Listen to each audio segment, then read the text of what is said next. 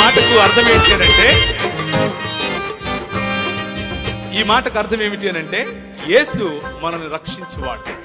యేసు మన ప్రతి సమయంలోనూ మనకు తోడుగా ఉండేవాడు, యేసు మనల్ని కరుణించేవాడు.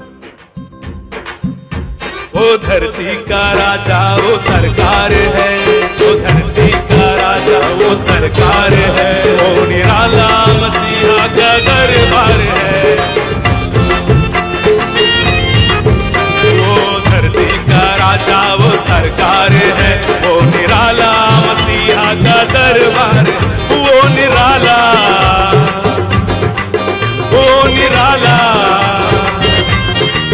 वो निराला मसीहा का दरबार, रखवाला यीशु है, रखवाला, ओ रखवाला